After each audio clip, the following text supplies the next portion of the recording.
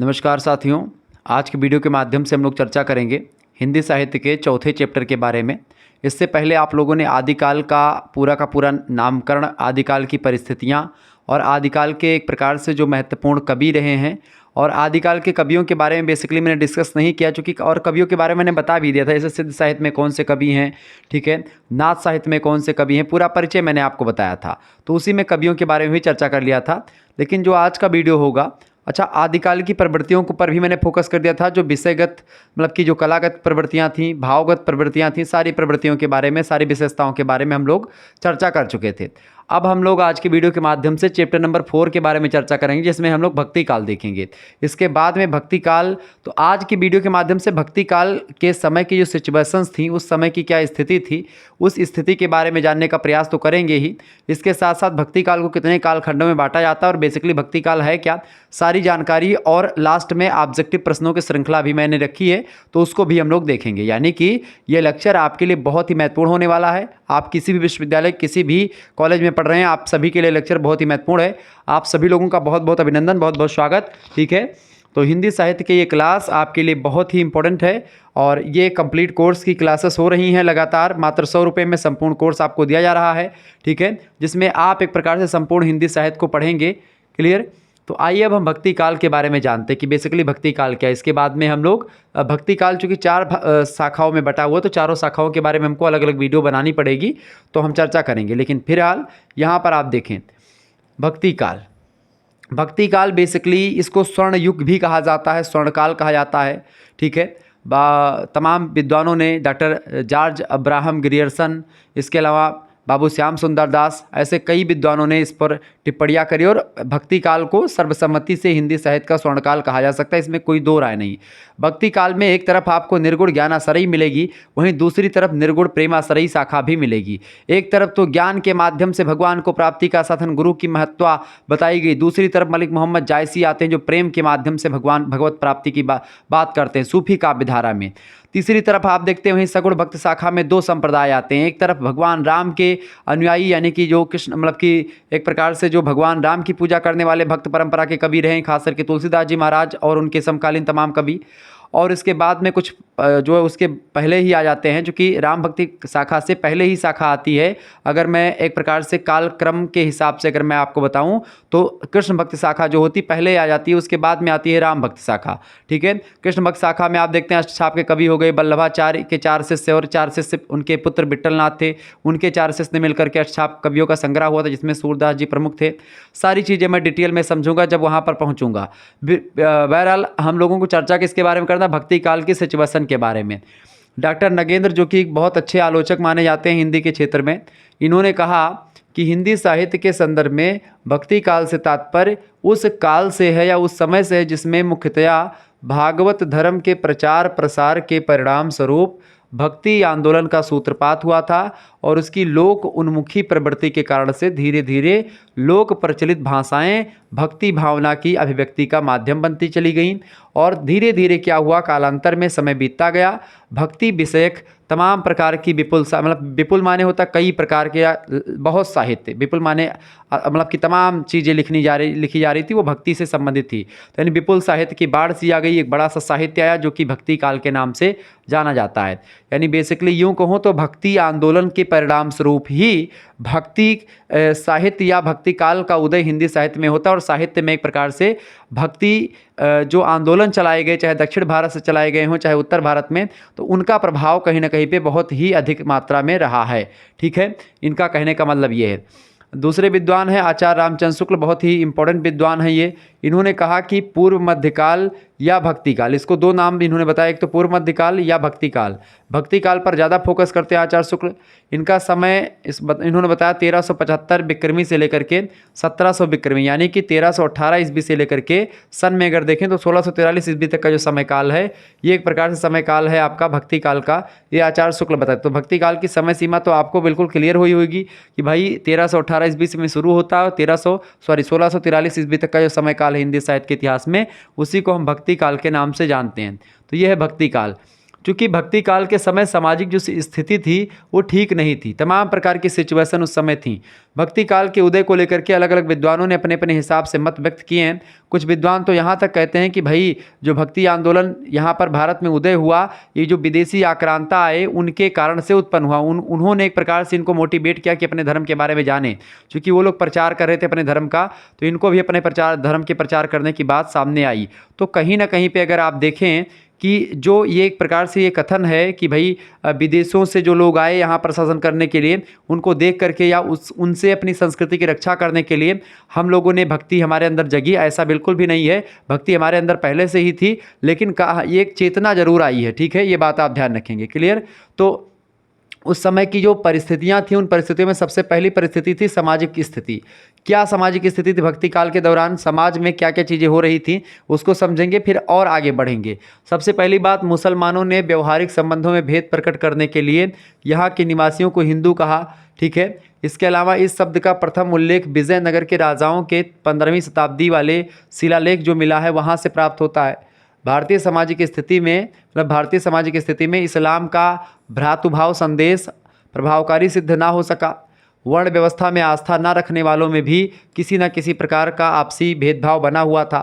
Ibn Battuta जो कि Morocco का निवासी था, इब्न बतूता भारत में यात्रा के लिए आया था।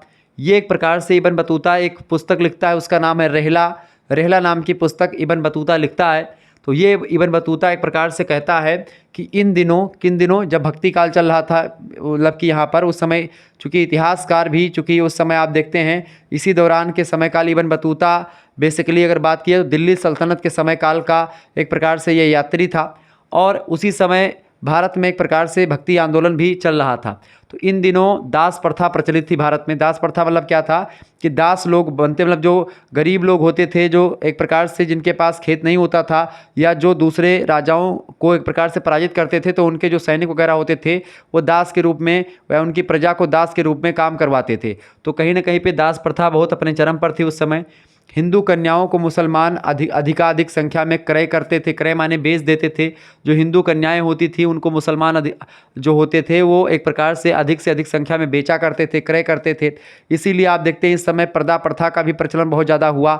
बाल विवाह भी होने शुरू हो गए। मतलब कि ये है कि भाई लोगों को पता ना चले कि हमारी कन्या बड़ी हुई, इससे पहले उसको विवाह कर दें, शादी कर दें।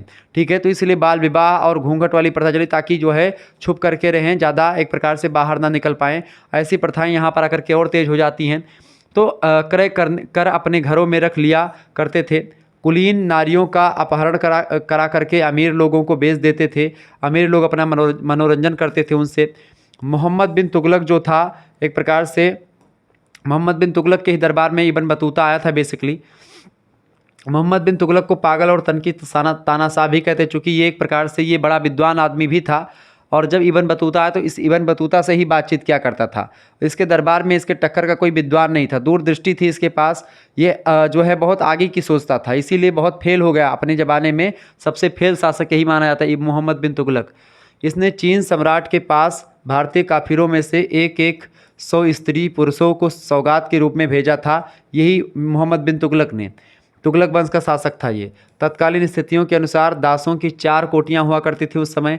एक जन्मजात दास होते थे, यानी जैसे कि मान लेते हैं एक व्यक्ति है तो वो दास है किसी के राजा के यहाँ, किसी अमीर लोग के यहाँ, उसका बच्चा पैदा हुआ तो वो भी एक प्रकार से दास हो जाएगा। तो ये एक प्रकार से एक तो जन्मजात, दूसरे होते थे क्रीत, तीसरे अपहत, और चौथे होते थे अपने यहाँ उत्पन्न। तो इस तरीके से अलग अलग तरीके से दास प्रथा फैली हुई थी। पर्दा प्रथा भी इन दिनों, मतलब पर्दा प्रथा मतलब घूंघट करने की जो प्रथा है, ये इसी दौरान एक प्रकार से बहुत ज़्यादा हो गई थी। छुआछूत के नियम इतने कठोर हो गए थे कि शूद्र आदि जातियों तक में परस्पर भेदभाव बढ़ता जाने लगा था। यानी कि शूद्र के हाथों पानी नहीं पी रहा था। शूद्र वर्गों में कई जातियाँ बढ़ गईं। जैसे उसमें भी आप देखते हैं आहिर, मुराव, गडेरिया, धोबी, ठीक है, कोरी, पासी, चमार, ऐसे तमाम प्रकार की जातियाँ बनती चली गईं। और आप देखेंगे कि उस दौरान भी एक जाति ऐसे कि मान लेते हैं मौर्य जी जो है चमार के यहाँ पानी पीना बंद कर देते हैं। तो ऐसे कई सिचुएशन क्रिएट हो जाती हैं। बाभन ठाकुर तो पहले पानी ही नहीं पीते थे जो है चमार और कोरी और हरिजन के यहाँ, लेकिन एक प्रकार से अब जो छोटे वर्ग के लोग भी थे वो भी पानी पीना बंद कर दिए। ठीक है, छोटे वर्ग कहने का मतलब मेरे आपके किसी प्रकार की भावना को ठेस पहुंचाना बिल्कुल भी नहीं है, लेकिन समझाने के तौर पर मैं बता रहा हूं कि भाई जो उच्च जातियों में बेसिकली उस दौरान ब्राह्मण और क्षत्रिय हुआ करते थे, उससे थोड़ा सा नीचे वैश्य होते थे और उससे नीचे शूद्र। अब शूद्रों में कई कैटेगरी बन गई, ऊंच नीच शूद्रों में भी होने लगा कि भाई मैं ज़्यादा उच्च कुल का शूद्र हूँ और आप बहुत नीचे कुल के शूद्र हो, उसमें भी एक प्रकार से झंझट होने लगी। तो ये सब सिचुएशन इस दौरान खूब ज़्यादा थी। तो उस समय समाज के भीतर 3 ऐसे वर्ग थे, पहला था श्रमिक वर्ग, दूसरा था नौकर वर्ग और तीसरा था दुकानदार वर्ग, ठीक है, जिन्हें ना तो कोई स्वेच्छापूर्वक कार्य करने का अधिकार था, ना यथेष्ट पारिश्रमिक उनको मिलता था, यानी जो भी काम करते थे उसके बराबर उनको पैसा भी नहीं मिलता था। तत्कालीन साधु समाज पर भी पाखंड की काली छाई जो है पड़ी हुई थी। कुल मिलाकर के सब कुछ पाखंडिताएं हो रही थी। तुलसी ने कवितावली में लिखा इस सिचुएशन को लेकर के कि इस दौरान, जिस दौरान तुलसी लिखते हैं उस दौरान एक प्रकार सामाजिक स्थिति क्या थी। उन्होंने लिखा कि खेती न किसान को, भिखारी को न भीख भली, बानिक को बानिज न चाकर को चाकरी, जीविका विहीन लोग सीधमान सोच बस, कहाँ एक एकन सो कहाँ जाई का करी। मतलब सामाजिक स्थिति बहुत ही घटिया थी, बहुत ही दुर्दिन था उस दौरान, ठीक है। यानी कि खेती न किसान को खेती ही नहीं मिल रही करने को, भिखारी को ना भिखारी को भीख मुहैया हो पा रही है, बनिक को बनिज यानी बनिक को एक प्रकार से बनिया जो है उसको अनाज भी नहीं मिल रहा, उसको कोई व्यापार करने के लिए कोई चीज़ें नहीं मिल रही, चाकर को न चाकरी, चाकर को चाकरी मतलब कि जो नौकर चाकर हैं उनको भी वो सारी चीज़ें नहीं मिल रही जो उनको करना चाहिए। जीविका विहीन मतलब कि उनके पास कोई रोजगार नहीं है, मतलब बेरोजगार।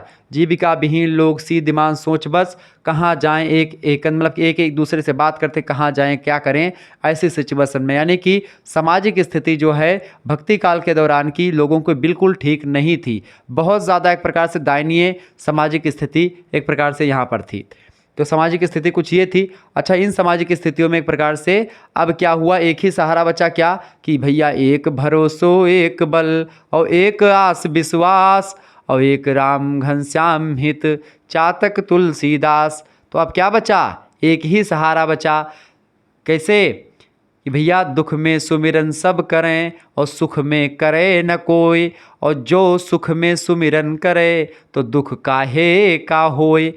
तो ऐसी सिचुएशन इस समय थी, यानी कि दुख का अपार बाढ़ आ गई थी। सामाजिक स्थिति में द्वेष, छल, कपट, दंभ, ईर्ष्या, पाखंड अपने घोर चरम पर था। जब ऐसी सिचुएशन थी तो भैया जो थोड़ा उच्च वर्ग के लोग थे, जो पढ़े लिखे लोग थे, जैसे जिसमें तुलसीदास ऐसे महान ज्ञाता और भी तमाम सारे लोग, उनके दिमाग में चलने लगा कि हमको एक प्रकार से कहीं ना कहीं पे भारतीय समाज में सुधार तभी ला पाएंगे क्योंकि धर्म के माध्यम से अगर हम सुधार करेंगे तो अच्छा सुधार हो पाएगा। किसी से आप अगर किसी को डांट करके कहोगे कि ये काम मत करो, वो करना है, तो वो नहीं मानेगा। लेकिन वही काम उससे अगर कोई पंडित जी आकर के कह दे कि भाई ये धर्म में लिखा है ये काम करना चाहिए, तो वो व्यक्ति करेगा।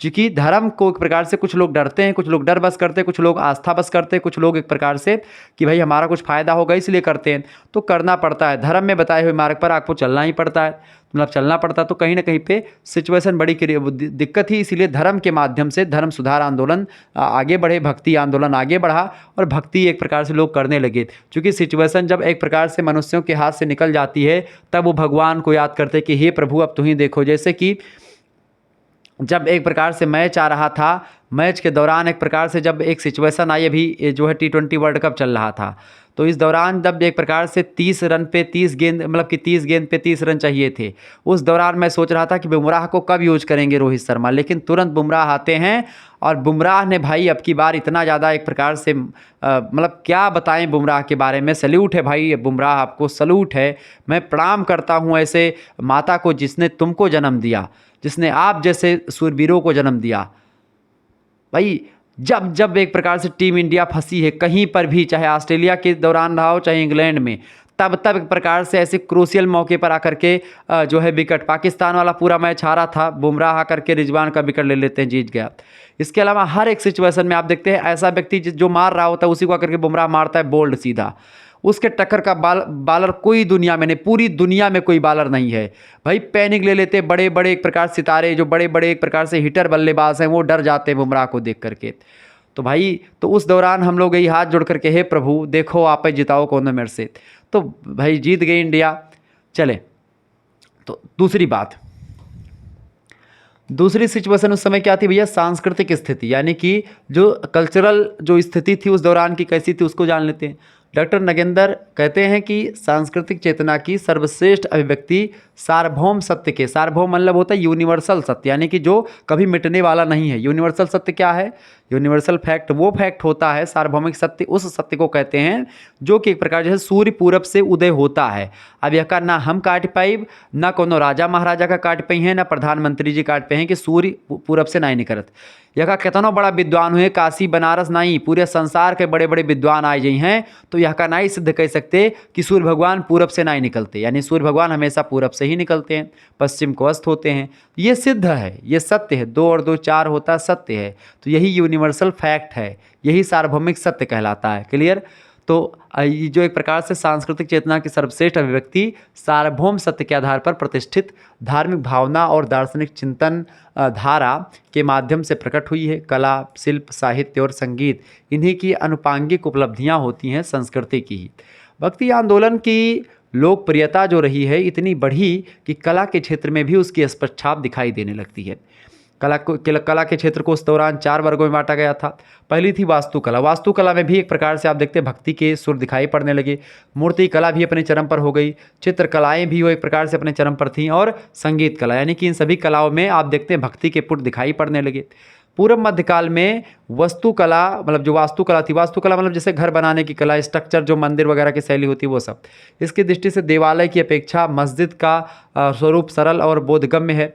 देवालय की दीवारों पर देवी लीलाओं और साज सज्जा का अंकन टंकन देखा जाता है। मस्जिदों पर इसके लिए अवकाश नहीं था, फिर भी रंग बिरंगे पत्थरों के प्रयोग के द्वारा अलंकृत करने का प्रयास किया गया। उदाहरण के लिए दिल्ली की जो कुतुब मीनार और अजमेर के जो 2.5 दिन का झोपड़ा है देखे जा सकते हैं इस दौरान। मकबरों का निर्माण उस युग की अपनी विशेषता रही है। तो कुल मिलाकर के वास्तुकला और जो मूर्तिकला थी अपने चरम पर थी। मूर्तिकला का क्षेत्र अगर आप देखेंगे तो अधिकतर हिंदुओं तक ही सीमित रहा मूर्तिकला। बौद्ध और जैन मूर्तिकला के विकास में प्रचलित रूढ़ियों के कारण से अधिक विकास की गुंजाइश यहाँ पर नहीं थी। चित्रकला की अगर बात करें तो चित्रकला में भक्ति काल के दौरान प्रारंभिक नमूने गुफाओं में मिलते हैं। गुफाओं में तमाम प्रकार की चित्रकारी आपको दिखाई पड़ेगी। इनसे गुप्तकालीन मतलब पुराकालीन भारतीय चित्रकारी की निरीक्षण प्रतिभा और कला कौशल का परिचय मिलता है।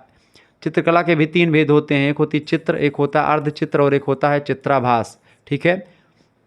विदशाल भंजिका एक नाटक है सॉरी, इस नाटक में मानवीय चित्र का उल्लेख हुआ है। वहाँ सशक्त रेखांकित रेखा चित्र के उदाहरण भी प्राप्त होते हैं और जिनके 2 प्रकार हैं, विद्ध और अविद्ध। हालांकि इन सभी चीज़ों को आपको याद करने की जरूरत नहीं है, एक समझाने के लिए मैं आपको एक तरीका बता रहा हूँ ताकि जो है आप जब एग्जाम में आए तो आप लिख पाए आराम से। ठीक है। इसको बिल्कुल रटने की ज़रूरत नहीं है और रटने की कोशिश भी मत करना आप इन चीज़ों को। ठीक है। बस आपको समझाने के लिए बता रहा हूँ कि सिचुएशन कैसी रही होंगी, वही मैं समझा रहा हूँ। ऐसे चित्रों में बुद्ध की आप चित्र देखेंगे। ठीक है। बुद्ध का परिनिर्वाण मतलब उनके जो मोक्ष प्राप्ति का समय है वो सब चित्र। मम्मट की रचना है काव्य प्रकाश। आचार्य मम्मट संस्कृत के बड़े विद्वान आदमी हैं। इन्होंने एक प्रकार से काव्य प्रकाश नाम की पुस्तक लिखी, उसमें कई प्रकार के चित्र वगैरह आपको देखने को मिलेंगे। जंगली जंतुओं के शिकार, खेलते हुए युद्ध क्षेत्र की वीरता, दरबारी जीवन के दृश्य, जल विहार यानी जल में क्रीड़ा करते लोग, वाटिका मनोरंजन यानी कि जो है वाटिका वगैरह उपवन वगैरह में खेलना, धार्मिक जीवन के विविध प्रसंग मध्यकालीन चित्रों की विशेषताएं रही हैं। बात की जाए संगीत की मध्यकाल में, जिस दौरान भक्ति काल का उदय हो रहा था उस दौरान संगीत कला की दृष्टि से अगर देखें तो मध्यकालीन भारतीय संगीत का इतिहास अधिकतर संगीत घरानों का इतिहास रहा है। भारतीय संगीत और ईरानी संगीत के मेल जोल से संगीत कला में एक नया मोड़ आया। ईरानी प्रभाव में ध्रुपद के मुकाबले में ख्याल पद्धति का प्रचलन हुआ और नई राग रागनियों का विस्तार हुआ। सूफी मत प्रचार से संगीत कला में सहायता मिलती है। उनकी कव्वालियाँ प्रसिद्ध हैं।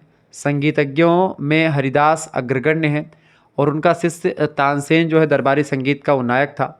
ध्रुव पद शैली को ग्वालियर के राजा मान सिंह का प्रोत्साहन सराहनीय है। इसी प्रसंग में बैजू बावरा और गोपाल नायक का भी विशेष उल्लेख मिलता है। कुल मिलाकर के अगर देखेंगे तो इसकी जो साहित्यिक चीज़ें थी या सांस्कृतिक चीज़ें थी भक्ति काल में, वो एक प्रकार से मतलब कि भक्ति काल के दौरान सांस्कृतिक चीज़ें या चित्रकलाएं, वास्तुकलाएं, मूर्ति कलाएं और जो भी कला थी संगीत वगैरह कला की, उन सभी में भक्ति के पुट कहीं ना कहीं पे दिखाई पड़ते थे। ठीक है। तो हिंदी की भक्तिकालीन कविता के, इसको ध्यान से पढ़ेंगे, ये पॉइंट ध्यान से पढ़ेंगे। हिंदी की भक्तिकालीन कविता के अध्ययन के लिए उसे निर्गुण और सगुण नामक दो धाराओं में विभक्त किया जा सकता है। ठीक है, निर्गुण धारा के साहित्य को संत काव्य धारा और सूफी काव्य के अंतर्गत रखते हैं, और सगुण भक्ति धारा को हम लोग राम भक्त शाखा और कृष्ण भक्त शाखा के अंतर्गत रखते हैं। तो ये चीज़ें आपको क्लियर हुई होंगी। ठीक है, अब यहाँ पर चीज़ें मैं आपको समझाने का प्रयास करता हूँ कि आखिरकार बहुत ही कम समय में मैं आपको सारी चीज़ों को बताने का प्रयास करूँगा। यहाँ पर ये चार्ट आप समझने का प्रयास करेंगे। कुछ इस तरीके से हिंदी साहित्य का आप काल विभाजन कर सकते हैं। आपको विजुअल हो पा रहा होगा। देखें, हिंदी साहित्य क्या है। हिंदी साहित्य बेसिकली एक प्रकार से जो है उसमें जो भक्ति काल है वो स्वर्ण युग कहा जाता है। स्वर्ण युग या स्वर्ण काल कहा जाता है इसको। भागो हो साहब, कहाँ आएगी तू, अरे राम का हो। पानी बरसत है तो ऐसा कीड़ा आ जाता है अंदर कबो कबो, और जब कीड़वे पे चलत हैं तो इस पर इसे लाइन बनत चली जाती। ठीक है, चले। भक्ति साहित्य की विभिन्न शाखाएं। भक्ति काल को बेसिकली स्वर्ण काल भी कहा जाता है। क्या कहते हैं?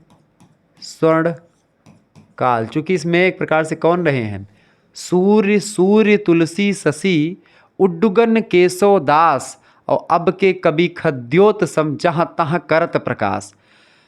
सूर्यदास सूर्य के समान, दैदीप्यमान नक्षत्र। तुलसीदास शशि चंद्रमा के समान। उड्डुगन माने तारा के समान केशवदास हैं। और अब के कवि कैसे? खद्योत सम, जुगनू की भांति हैं। जहाँ तहाँ का दप से जलते हैं, दप से जुगनू इस समय बरसात के महीने में उड़ने लगे होंगे। ठीक है, तो जुगनू के समान है, इधर जलते हैं उधर बुझते हैं। क्लियर? तो सॉरी, भक्ति काल को दो भागों में बांट सकते हैं। पहला है आपका निर्गुण काव्य धारा। निर्गुण काव्य धारा क्या है? दूसरी धारा है सगुण काव्य धारा। निर्गुण माने क्या होता है? ऐसा एक प्रकार से जिसका कोई आकार ना हो। इस निर्गुण को आप निराकार ब्रह्म भी कह सकते हैं। निराकार ब्रह्म, निराकार, जिसका कोई आकार ना हो, निराकार। और सगुण को आप साकार भी कह सकते हैं। साकार का मतलब क्या होता है? जिसका आकार हो। ठीक है, जैसे तुलसीदास जी भी एक प्रकार से निर्गुण ब्रह्म के, निर्गुण और सगुण का समन्वय करते। तुलसी बेसिकली समन्वय के कवि हैं। तुलसीदास जी क्या कहते हैं कि अगुण ही सगुण ही नहीं कछु भेदा। मतलब अगुण और सगुण में मतलब कि अगुण सगुण समझ रहे हैं ना, निर्गुण और सगुण, इस दोनों में कोई भेद नहीं है, दोनों एक ही हैं। ठीक है, इस तरीके से। और निर्गुण ब्रह्म के बारे में भी तुलसीदास जी भी कहते हैं। क्या कहते हैं कि बिनु पग चलय सुनय बिनु काना, मतलब बिना पग के चलने वाले हैं भगवान। और वही बात तुलसीदास मतलब कि कबीरदास भी करेंगे। बिना पग के चलते हैं, मतलब बिना पैरों के वो चलायमान हैं। ठीक है, और बिना कानों के वो सुनने में सक्षम है। ऐसे ही कि आनन रहित सकल रस भोगी, और बिन बानी बकतावड़ जोगी। मतलब ये है कि भाई आनन रहित, आनन माने होते मुँह, मुँह नहीं है फिर भी वो सकल रस भोगी। सकल माने होता पूरा का पूरा, कंप्लीट, इंटायर, होल, सब के सब रसों का पान करने वाले हैं प्रभु भगवान। वो परमात्मा जिसके पास मुख ना होते हुए भी संपूर्ण संसार के रसों का पान करने वाला, संपूर्ण स्वाद को एक प्रकार से गहन करने वाला, उसको चखने वाला है। आनंद रहित सकल रस भोगी, और बिन बानी बक्तावर जोगी। बिना जीभ के ही एक प्रकार से, बिना बाणी के ही वो बहुत बड़े वक्ता हैं, बहुत बड़े जोगी हैं, बहुत बड़े वक्ता हैं। ऐसे हैं भगवान। ठीक है, उनको एक प्रकार से किसी आकार की ज़रूरत नहीं। वो एक चींटी में भी हैं, वो एक हाथी में भी हैं, वो एक प्रकार से गधे में भी हैं, और एक इंसान में भी हैं। यानी कि भगवान की दृष्टि से एक छोटे से छोटा जीव और बड़े से बड़ा जीव सब एक होता है। तो ये चीज़ें आप देखेंगे तुलसीदास में आपको आकर के मिल जाएंगी। तुलसीदास जी, अच्छा सूरदास जी निर्गुण का खूब विरोध करते हैं। सूरदास जी एकदम जबरदस्त विरोध करते हैं निर्गुण काव्य धारा का। चूंकि सूरदास की रचनाओं में ऊधो हैं निर्गुण के, और ऊधो समझाने आते हैं गोपियों को कि ये गोपी प्यार वार मत करो भगवान से, वो आएंगे नहीं। हठ योग करो, कुंडलिनी को जागृत करो, अपनी अंतर की प्रतिभा को निकालो। तो गोपियां कहती हैं ऊधो से, हे ऊधो मन ना भयो 10-20, एक हो तो सो गयो श्याम संग। मतलब एक मन है वो श्याम के संग चला गया है, और आप कह रहे हो कि भूल जाएं श्री कृष्ण को। अरे जब साकार में भगवान श्री कृष्ण हैं, साक्षात प्रभु के दर्शन हमको हो रहे हैं, गोपियों को ये बात पता है कि भाई ये भगवान हैं, इनके पास जादू है, इनके पास शक्ति है, क्योंकि बचपन में कई काम ऐसे कर चुके, कालिया नाग से लेकर के और तमाम प्रकार के अघासुर बकासुर सबको मारने वाले हैं, जो है गोवर्धन पर्वत को अपनी काने उंगली पर रखने वाले हैं वो भगवान श्री कृष्ण। गोपियों को पता है, गोपियाँ प्रेम करती हैं, एक भगवत स्वरूप में भी प्रेम करती कि एक नज़र, एक ऐसी नज़र, एक प्रेम की नज़र भगवान श्री कृष्ण की अगर मेरे पर पड़ जाएगी तो मेरा तो भव सागर से नैया पार हो जाएगा। इस दृष्टिकोण से वो लोग लगी हुई हैं कि एक बार भगवान एक प्रकार से अपनी कृपा दृष्टि बरसा दे। ठीक है, जब उद्धव समझाने आते हैं तो उद्धव से कहती गोपिया कि हे उद्धव, तू तो बड़ा व्यापारी निकला, तू एक प्रकार से ज्ञान और इसकी पोटरी लेकर के तू बेचने आया यहाँ पर। अभी मैं समझाऊंगा जब वहाँ पर आएगा। तो वहाँ पर गोपियाँ एक प्रकार से उद्धव जैसे निराकारी ज्ञानी को, निर्गुण ज्ञानी को एकदम से धराशाही कर देती हैं। उद्धव के पास जो जितना भी ज्ञान है सब ज्ञान का खंडन करती हैं। गोपियों के तर्क जो पढ़ी लिखी बिल्कुल भी ज़्यादा नहीं है, लेकिन उनके पास तर्क है किसका? उनके पास आधार है भगवान श्री कृष्ण, उनके पास तर्क है किसका? भक्ति का, उनके पास तर्क है प्रेम का। और वो कहते हैं कि जब साक्षात एक प्रकार से जो है भगवान श्री कृष्ण मिला हैं तो कौन ज़रूरत है कुंडलिनी जागृत करे को, यहाँ दुनिया भर का हठ योग करे का, ठीक है, आल्हा माठा गावे का। जब पहले से पता है भगवान यादे हैं तो उन्हें ना गोड़वा धोक पी ली। तो इस तरीके से गोपी लोग ऐसा धृष्टती हैं उद्धव के कि उद्धव घमंड हो गया था कि मुझे बड़ा ज्ञान हो गया। तो भगवान श्री कृष्ण ने कहा जाओ तुम्हारा घमंड तोड़ देंगे आज। जाते हैं गोपियों के पास भेज देते। तो निर्गुण माने निराकार, यानी ऐसे भगवान की पूजा ये लोग करते हैं जो एक प्रकार से जिसका कोई आकार ना हो, सगुण में साकार, मतलब भगवान को एक प्रकार से एक रूप होता है। निर्गुण शाखा दो भागों में पहली बढ़ती है। पहली शाखा है भैया ज्ञानासरी शाखा। ज्ञानासरी शाखा के प्रवर्तक हैं कबीरदास जी महाराज। कबीरदास की रचना कौन सी है? कबीरदास की रचना है भैया कौन सी? बीजक। बीजक रचना एक प्रकार से इसके तीन भाग हैं। एक है आपका साखी, ठीक है, एक है साखी, दूसरा है सबद, ठीक है, और तीसरा है रामायणी। रामायणी का मतलब क्या होता है? रामायण। सबद माने होता है सबद, ठीक है, और साखी का मतलब साखी। तो साखी, सबद, रामायणी ये बीजक है। बीजक जो है बेसिकली वाणियों का संग्रह है। और कबीर एक प्रकार से के द्वारा जो बोली गई भाषाएं वो है, कबीर को ही एक प्रकार से वाणी का डिक्टेटर कहा जाता है। ये बात भी ध्यान रखें, वाणी का डिक्टेटर क्या कहते हैं? डिक्टेटर कहते हैं किसको? कबीर को डिक्टेटर कहते हैं। कबीर को वाणी का डिक्टेटर किसने कहा? हजारी प्रसाद द्विवेदी ने कहा। ये बात भी ध्यान रखेंगे। कबीर एक प्रकार से कवि बाद में है और संत पहले हैं, ये बात भी आप ध्यान रखेंगे। कबीर एक प्रकार से पंचमेल खिचड़ी भाषा का प्रयोग करते हैं। कौन सी भाषा भैया? पंचमेल खिचड़ी भाषा का प्रयोग करते हैं। कौन? कबीर। कबीर के बारे में भी आगे चल करके हम लोग और समझेंगे, ठीक है, लेकिन फिर भी मैंने जो कुछ चीज़ें थी आपके लिए इंपॉर्टेंट वो बता दी। कबीर के पिताजी का नाम क्या था? कबीर देखें, कबीर के पिताजी का नाम वैसे एक प्रकार से नीरू और नीमा नाम के दो जुलाहों ने मिलकर के इनका पालन पोषण किया था। इनके पत्नी का नाम था लोई और पुत्र का नाम था कमाल और पुत्री का नाम था कमाली, ठीक है। और जुलाहा एक प्रकार से जाति में रहते तो जुलाहों का काम भी करते थे और किसी से डरते बिल्कुल भी नहीं थे।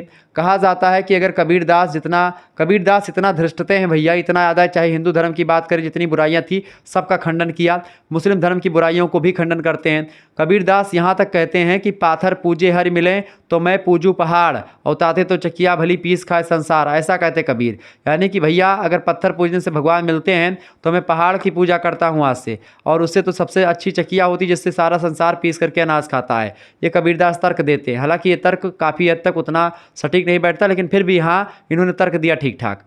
और उसके बाद में इन्होंने मुसलमानों को लेकर के तर्क दिया कि कई क्या बहरा हुआ खुदा है, मतलब कि खुदा एक प्रकार से बहरा थोड़ी है जो उसके लिए मैक की ज़रूरत पड़ी है। कबीरदास ऐसे कवि हैं जो एक प्रकार से सभी जो धर्म है उनमें जो कुछ भी बुराइयां हैं उस पर खंडन करते हैं, तीखा प्रहार, तीव्र प्रहार करते हैं। पंडों, पुजारियों, मौलवी, मुल्लाओं पर तगड़ा प्रहार करते हैं। ये हैं कबीरदास, ठीक है।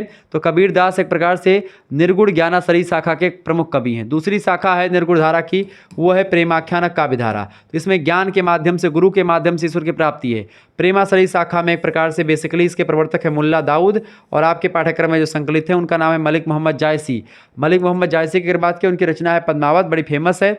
और उसी पद्मावत में आप देखेंगे, पद्मावत है मुल्ला दाऊद, किसी भी मुल्ला दाऊद, पद्मावत और तमाम प्रकार के कवि हैं, मैं अभी आगे चल करके समझूंगा, ठीक है, अगले नेक्स्ट वीडियो में। तो उनमें आप देखेंगे कि प्रेम के माध्यम से ईश्वर की प्राप्ति। इसमें क्या होता है कि प्रेम में एक प्रकार से बहुत ज़्यादा रोए गाएंगे, उसके बाद में क्या हो जाएगा, पूरा 12 मासा या 60 ऋतु वर्णन ये सब निपटेगा। इसके बाद में क्या होगा, बाद में रियलाइज़ होगा कि भाई जितना दिन मैंने इनके विरह में, इनके प्यार में कष्ट कर दिया, इनके एक प्रकार से ब्रेकअप में मैंने शोक मना लिया, उतना अगर मैं एक प्रकार से प्रेम भगवान से करता तो मेरा भव सागर से बेड़ा पार हो जाता। सूफी परंपरा की बेसिकली अगर मैं बात बताऊं तो सूफी परंपरा क्या है, ये विदेशों से आई है परंपरा, और ये परंपरा बेसिकली विदेशों से आई, लेकिन इसने भाषा यहाँ से उठाई, भाषा लोक भाषा उठाई, यानी कि जो जनता की भाषा थी, पब्लिक की भाषा थी, उस भाषा को उठाया और एक प्रकार से उसको एक प्रकार से उसी भाषा में अपने मतलब हमारे यहाँ के भगवान के आधार पर ही एक प्रकार से अपनी मतलब हमारे यहाँ की कथाओं को अपनी शैली में वो लोग मसनबी शैली में प्रयोग करके लिखने लगे। 7 चौपाइयों के बाद एक दोहा करके एक प्रकार से पूरी रचना लिखने लगे, महाकाव्य लिखने लगे। तो ये है भैया निर्गुण काव्य धारा, इसके बारे में समझेंगे। जो अगली वीडियो आएगी वो ज्ञानाश्रयी शाखा के बारे में आएगी, जिसमें ज्ञानाश्रयी शाखा की पूरी विशेषताओं को समझेंगे। ठीक है, दूसरी जो शाखा है, दूसरी शाखा है भैया वो है अपनी सगुण शाखा। सगुण शाखा के भी 2 भाग हैं, पहला है अपनी जो है राम भक्त शाखा और दूसरी है कृष्ण भक्त शाखा। हालांकि पहले आती है कृष्ण भक्त शाखा, फिर आती है राम भक्त शाखा, क्योंकि सूरदास जी मतलब किनके, तुलसीदास जी से बड़े थे। क्लियर। राम भक्त शाखा की अगर बात की जाए तो राम भक्त शाखा के प्रवर्तक हैं कौन, महाराज गोस्वामी तुलसीदास बाबा। तुलसीदास की कितनी रचनाएं फेमस हैं, तुलसीदास की 12 रचनाएं जो हैं प्रमाणिक हैं, ये बात ध्यान रखिए, जिसमें रामचरितमानस सबसे फेमस रचना है, जिसमें 7 कांड है। रामचरितमानस में कितने कांड हैं, 7 कांड हैं। ठीक है, कौन कौन से कांड हैं, ये प्रश्न आपसे पूछा आता है।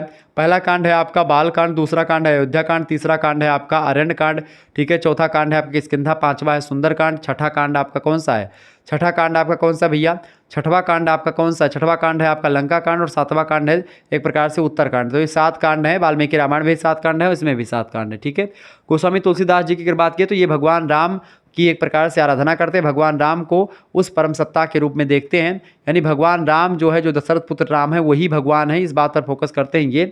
और तुलसीदास के राम दशरथ पुत्र राम नहीं है, ठीक है, ये उनके उच्च परमात्मा।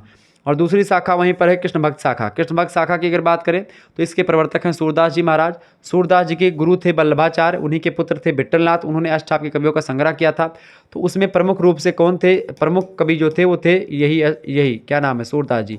सूरदास जी कहा जाता है जन्मांध थे। जन्मांध होते हुए भी इनके पदों को अगर आप पढ़ेंगे तो ऐसा नहीं लगेगा कि ये जन्म से ही अंधे हैं, क्योंकि जिस तरीके से इन्होंने वर्णन किया है पूरे के पूरे अपने पदों में चीज़ों का, वैसा वर्णन एक अंधा व्यक्ति नहीं कर सकता।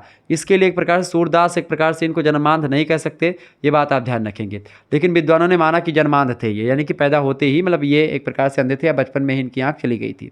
क्लियर। तो ये शाखाएं आपको मैंने बताई, तो निश्चित तौर पर आपके समझ में आई होंगी भाई कि क्या शाखाएं हैं, भक्ति काल को कितने कैटेगरी में बांटते हैं। तो अब इसके बाद की जो वीडियो होगी चैप्टर नंबर 5 की, वो कौन सी होगी, ज्ञानाश्रयी शाखा की होगी और उससे संबंधित प्रश्नों की होगी। फिर इसके बाद में आएगी हमारी कौन सी, प्रेमाश्रयी शाखा और उससे बनने वाले प्रश्न। छठे मतलब 7वां चैप्टर जो मतलब छठा चैप्टर होगा, 7वां चैप्टर आपका होगा राम भक्त शाखा को लेकर के, ठीक है। और आपका 8वां चैप्टर होगा वो होगा किसका भैया, कृष्ण भक्त शाखा का। पूरी विशेषताओं को हम लोग समझेंगे। क्लियर। थोड़ा सा और जान लेते हैं कि भाई इन दोनों में क्या अंतर है, यानी कि निर्गुण धारा और सगुण धारा में क्या अंतर है, उसको थोड़ा सा समझने का प्रयास करते हैं, ताकि आपको कोई दिक्कत ना हो और आसानी से चीज़ों का आप समझ पाए और क्लियर हो पाए। अगर वीडियो पसंद आ रही तो फटाफट से वीडियो को लाइक जरूर कर दें। चलें, सगुण भक्ति और निर्गुण भक्ति में क्या अंतर है। सगुण भक्ति की अगर बात करें और निर्गुण भक्ति की, देखिए सगुण भक्ति में ये सामने देखेंगे, निर्गुण ये। अब देखिए परमात्मा के स्वरूप को लेकर के अगर अंतर की अगर बात करें, पहला अंतर परमात्मा का स्वरूप। देखिए सगुण भक्ति में क्या होता है, परमात्मा का स्वरूप साकार है, यानी कि एक आकार होता है परमात्मा का, एक मूर्ति होती है और एक साकार रूप में भगवान की पूजा पाठ की जाती है, ठीक है। और दूसरा मूर्ति रूप होता है, जैसे भगवान शंकर का लिंग रूप होता है, मूर्ति रूप की पूजा होती है, यानी कि साकार होते हैं भगवान, इसमें दिखाई पड़ते हैं, ठीक है। ये बात आप ध्यान रखेंगे।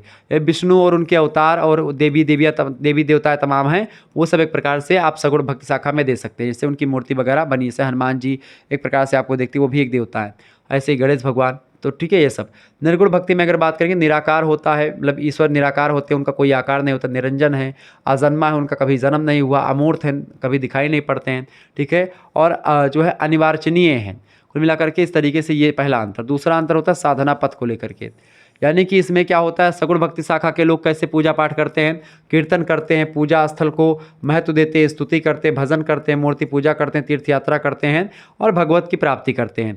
जबकि निर्गुण भक्ति के लोग जो हैं वो नाथ और सिद्धों की परंपरा को एक प्रकार से आगे बढ़ाते हुए योग पर बल देते हैं। प्रेम के माध्यम से भगवान को प्राप्त करने का माध्यम है, भक्ति के माध्यम से, हठ योग के माध्यम से, इंद्रिय निग्रह के माध्यम से, मन की शुद्धता करके और सिमरन, तो इस यानी कि एक प्रकार से मतलब मन की शुद्धता करके, मन पर काबू करके ईश्वर की प्राप्ति की बात करते हैं लोग। ठीक है, इसके बाद में अगला अंतर आप देखेंगे। अगला अंतर है भैया सामाजिक भूमिका को लेकर के। देखिए सामाजिक भूमिका की अगर बात की जाए तो इष्ट देव के प्रति, साकार में क्या होता है, इष्ट देव के प्रति समर्पण, भावी मानवीय मूल्यों का प्रचार प्रसार होता है। तो ये सामाजिक भूमिका इसमें ये होती है। और इसमें क्या होता है, इसमें कर्मकांड, वर्ण व्यवस्था, मूर्ति पूजा, अंधविश्वासों का खंडन किया गया है। जो एक प्रकार से निर्गुण शाखा के लोग जो हैं वो कर्मकांड यानी जैसे पूजा पाठ जो होता है वो उसका खंडन करते, वर्ण व्यवस्था यानी ब्राह्मणों व मुखामासी यानी ब्राह्मण, क्षत्रिय, वैश्य, शूद्र इस प्रकार की कोई व्यवस्था को नहीं फॉलो करते हैं। मूर्ति पूजा का ये घोर विरोध करते हैं। ठीक है, और अंधविश्वासों का भी खंडन करने का प्रयास करते हैं। शाखाओं की अगर बात की दोनों में अंतर, तो कृष्ण भक्ति शाखा और राम भक्त शाखा इसमें होती हैं जो है सगुण शाखा में, और निर्गुण में ज्ञानाश्रयी शाखा और प्रेमाश्रयी शाखा है। क्लियर। और प्रमुख संतों की अगर बात की है तो जो है इसमें सगुण भक्त शाखा में तुलसीदास जी महाराज, मीराबाई, सूरदास, रसखानंद दास और रहीमदास का नाम आता है। जबकि अगर आप बात करेंगे निर्गुण शाखा में तो नामदेव, कबीरदास, रैदास, गुरु नानक देव, दादू दयाल, जो है पलऊ दास, इन सभी का नाम आता है। तो ये सब आप नोट डाउन कर लीजिएगा, परीक्षा की दृष्टि से बहुत ही महत्वपूर्ण है। ठीक है, एक बार वीडियो को सभी लोग लाइक और शेयर करते रहिएगा ताकि ऐसे ही वीडियोज़ मैं लगातार आपके लिए देता रहूँ। ठीक है, क्लियर। तो आप सभी लोगों ने देखा, आप सभी लोग एक प्रकार से देख रहे होंगे सारी चीज़ों को। एक बार सभी लोग वीडियो को लाइक और शेयर कर दीजिएगा। सभी दोस्त वीडियो को लाइक और शेयर करते रहिएगा, ऐसे ही लगातार आपको वीडियोस मैं देता रहूँगा। ठीक है, तो चिंता करने की बिल्कुल भी आपको आवश्यकता नहीं पड़ेगी किसी भी तरीके से। क्लियर। चलें,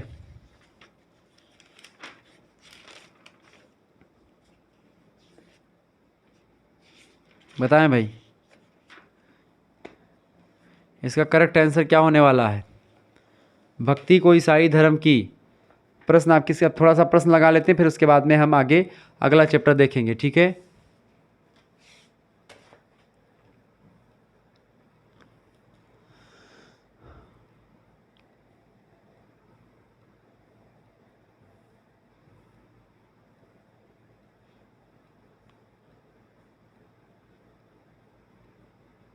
हाँ, भक्ति को ईसाई धर्म की देन कौन विद्वान मानते हैं? भक्ति को ईसाई धर्म की देन कौन से विद्वान मानते हैं? फटाफट से आप लोग बताने का प्रयास करेंगे, बताएं भैया।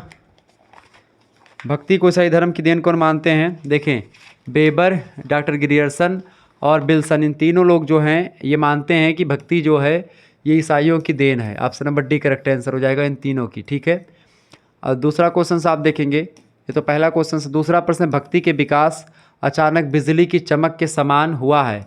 भक्ति का विकास जो हुआ है अचानक बिजली की चमक के समान हुआ है, यह कथन किसका है बताएं। तो इस कथन को किसने कहा था? डॉक्टर जॉर्ज ग्रियर्सन ने कहा था। ऑप्शन नंबर इसका सी करेक्ट आंसर होगा। परीक्षा में सब प्रश्न पूछे गए हैं।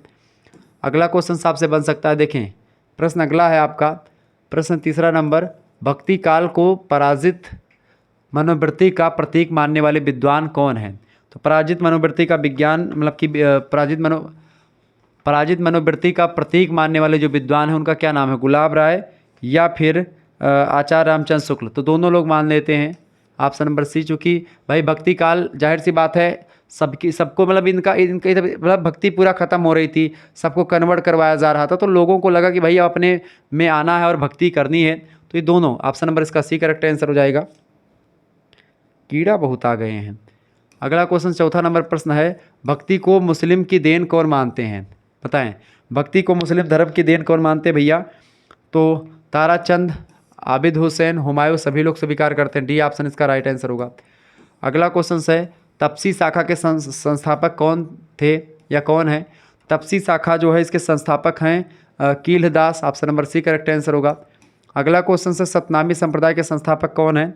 सतनामी संप्रदाय के संस्थापक हैं जगजीवन दास। ऑप्शन नंबर इसका ए करेक्ट आंसर होगा। अगला क्वेश्चन से, निम्न कवियों में कौन सगुण भक्ति धारा का कवि नहीं है? सगुण भक्ति धारा कवि कौन नहीं भैया? देखिए, सूरदास, नंददास और चित्त स्वामी, ये एक प्रकार से कौन है, ये सगुण भक्त शाखा के कवि हैं, जबकि नूर मोहम्मद नहीं है। Option number B correct answer होगा। आगे देखेंगे, अगला क्वेश्चन आ चुका है, समूचे भारतीय साहित्य में, समूचे भारतीय साहित्य में अपने ढंग का अकेला साहित्य है जो एक प्रकार से इसी का नाम भक्ति साहित्य है, वह एक नई दुनिया है। यह कथन किसका है? भक्ति साहित्य के बारे में किसने कहा कि समूचे भारतीय साहित्य में अपने ढंग का अकेला साहित्य है, इसी का नाम भक्ति साहित्य है और वह एक नई दुनिया है। यह कथन किसका है? यह हजारी प्रसाद द्विवेदी जी का है। ऑप्शन नंबर इसका बी करेक्ट आंसर होगा। अगला क्वेश्चन से सन 927 आहा कथा आरंभ बैन कवि दहा पंक्ति किस रचना की है? बताएं, फटाफट से आप बताएंगे। सन 927 आहा कथा आरंभ बैन कवि दहा, ये पंक्तियां पद्मावत की हैं। ऑप्शन नंबर इसका डी करेक्ट आंसर हो जाएगा। पद्मावत किसकी रचना है भैया? पद्मावत रचना है किसकी? मलिक मोहम्मद जैसी की। सूरसागर किसने लिखा? सूरदास ने। रामचरितमानस किसकी रचना है? रामचरितमानस तुलसीदास जी महाराज की रचना है। अगला क्वेश्चन से, नामदेव के गुरु का क्या नाम था? बताएं, ज्ञानदेव, मानदेव, देवाधिदेव या फिर जो है बिसोबा खेचर। फटाफट से आप बताएंगे। तो इनके गुरु का क्या नाम था भैया? बिसोबा खेचर। ऑप्शन नंबर इसका सी करेक्ट आंसर होगा। अगला क्वेश्चन आ चुका है, कथादि में अनुरक्ति को भक्ति किसने माना है? बताएं, कथादि में या कथा वगैरह में जो अनुरक्ति होती है उसको गर्ग महोदय ने, गर्ग ऋषि ने एक प्रकार से अनुरक्ति उसी को भक्ति माना है। अगला क्वेश्चन आपके स्क्रीन पर आ चुका है, फटाफट से आप देखेंगे। प्रश्न बहुत ही ज़बरदस्त है। मोनियर विलियम्स के अनुसार भक्ति शब्द की उत्पत्ति कैसे हुई है? तो भक्ति शब्द की उत्पत्ति भज धातु से हुई संस्कृत के। Option number A correct answer होगा। अगला प्रश्न है, हरिभक्ति रसामृत सिंधु के रचयिता कौन है? बताएं, हरिभक्त रसामृत सिंधु के रचयिता कौन है? तो श्री रूप गोस्वामी जी हैं। ऑप्शन नंबर इसका सी करेक्ट आंसर हो जाएगा। आगे देखेंगे, अगला प्रश्न आपके स्क्रीन पर आ चुका, फटाफट से आप देखेंगे। प्रश्न है, प्रच्छन्न बौद्ध किस दार्शनिक को कहा जाता है? प्रच्छन्न बौद्ध जो है वो शंकराचार्य जी को कहते हैं। ये ऑप्शन करेक्ट आंसर हो जाएगा इसका। आगे देखते हैं, अगला क्वेश्चन आ चुका है, फटाफट से आप देखने का प्रयास करेंगे। चले,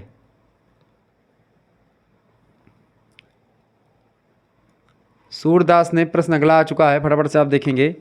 प्रश्न क्या पूछा गया भैया? प्रश्न पूछा गया कि सूरदास जी ने अपनी रचनाओं में किस भावना का चित्रण किया है? तो सूरदास की रचनाओं में श्रृंगार, वात्सल्य और प्रेम तीनों का वर्णन आपको मिलेगा। Option number D correct answer. वात्सल्य क्या है? श्रृंगार और प्रेम तो जान गए, लेकिन वात्सल्य जो होता है ये एक माता का अपने बच्चे के प्रति प्रेम और एक बच्चे का माता के प्रति प्रेम ही वात्सल्य कहलाता है। ये बात आप ध्यान रखेंगे। क्लियर? अगला प्रश्न है, श्रृंगार के भी दोनों रूप मिलेंगे, एक वियोग श्रृंगार और एक संयोग श्रृंगार। ठीक है, दो पक्ष होते हैं इसके। आप लोग मतलब उसमें इंटर में पढ़ के आए होंगे, संयोग और वियोग। वियोग श्रृंगार क्या होता है कि जब पति पत्नी बिछड़ते हैं या एक प्रेमी प्रेमिका बिछड़ते हैं, जैसे कि जब भगवान राम की पत्नी जो थी माता सीता, उनका हरण हो जाता, तो उस दौरान एक चौपाई आती है कि हे खग हे मधुकर श्रेणी तुम देखी सीता मृगनैनी। ये एक प्रकार से आपका उदाहरण है वियोग श्रृंगार का। संयोग श्रृंगार में क्या होता है? जब नायक और नायिका आपस में मिले रहते हैं, यानी कि संयोगावस्था जब होती है, उस दौरान एक प्रकार से संयोग श्रृंगार होता है। प्रेम की अगर बात करें तो प्रेम आप जानते हैं किसके बीच में प्रेम किसी से भी हो सकता है और जो है कोई भी हो सकता है प्रेमी। प्रेम का पीर भक्ति काल के किस धारा के कवियों को कहा जाता है? तो प्रेम का पीर वैसे तो कहा किस कवि को कहा जाता है? तो घनानंद को प्रेम का पीर कहा जाता है। घनानंद को क्या कहते हैं? घनानंद को प्रेम का पीर कहा जाता है, ये बात आप ध्यान रखेंगे। लेकिन आपसे पूछा गया कि प्रेम का पीर भक्ति काल के किस धारा को कहते हैं? तो किस धारा को कहते हैं प्रेम का पीर भैया? वो कहते हैं प्रेम मार्गी धारा को। ऑप्शन नंबर इसका सी करेक्ट आंसर हो जाएगा। ठीक है, क्योंकि प्रेम के माध्यम से ईश्वर की प्राप्ति के बारे में बताता है भक्ति, ये ज्ञान मतलब कि प्रेमाश्रय शाखा, जिसके मलिक मोहम्मद जैसे, मुल्ला दाऊद, कुतुबर मंझन जैसी, ये सब हैं। ठीक है, शेख निसार। भक्ति शब्द का सर्वप्रथम उल्लेख कहाँ मिलता है? तो भक्ति का सबसे पहले जो उल्लेख मिलता है वो श्वेता उपनिषद से प्राप्त होता है। सी ऑप्शन इसका करेक्ट आंसर होगा। श्रद्धा और प्रेम के योग को किसने भक्ति नाम दिया? तो श्रद्धा और प्रेम को एक प्रकार से अगर मिलाएं तो भक्ति निकलती, तो ऐसा रामचंद्र शुक्ल कहते हैं। आचार्य रामचंद्र शुक्ल की मैं बात कर रहा हूँ। अगला क्वेश्चन आपके स्क्रीन पर आ चुका है, भगवान के प्रति अनन्यगामी एकांत प्रेम का नाम ही भक्ति है, यह कथन किस साहित्यकार का है? तो इस कथन को किसने कहा था? आचार्य हजारी प्रसाद द्विवेदी ने। ऑप्शन नंबर इसका ए करेक्ट आंसर हो जाएगा।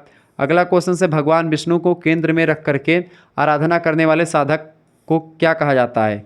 तो भगवान विष्णु को केंद्र में रख करके आराधना करने वाले जो साधक हैं वो अलवार संत कहलाते हैं। ठीक है, अलवार संत बेसिकली भगवान विष्णु को केंद्र में रख करके पूजा करते हैं। अलवार संत दक्षिण भारत में बेसिकली ये संत पाए जाते हैं। दक्षिण भारत के संतों थे जो अलवार थे, और जो नयनार थे भगवान शिव की पूजा किया करते थे, ठीक है, दक्षिण भारत के। ये बात आप ध्यान रखेंगे। क्लियर। आगे देखेंगे, अगला क्वेश्चन आ चुका है भैया। अगला क्वेश्चन है, आदि गुरु शंकराचार्य जो बाद में शंकराचार्य बने, उनका जन्म कहाँ पर हुआ था? उनका जन्म हुआ था केरल में। कहाँ पर हुआ था? केरला में। ऑप्शन नंबर इसका डी करेक्ट आंसर होगा। अगला क्वेश्चन है, भगवान शिव को केंद्र में रख करके साधना करने वाले साधक किस नाम से प्रचलित हुए हैं? तो वो लोग नयनार नाम से फेमस हुए हैं। ऑप्शन नंबर इसका सी correct answer, A correct answer हो जाएगा। इस तरीके से आप लोगों ने बहुत सारे प्रश्नों को समझ लिया और आपने एक प्रकार से चैप्टर नंबर जो आपका चौथा चैप्टर था उसके बारे में जान लिया, भक्ति काल के बारे में।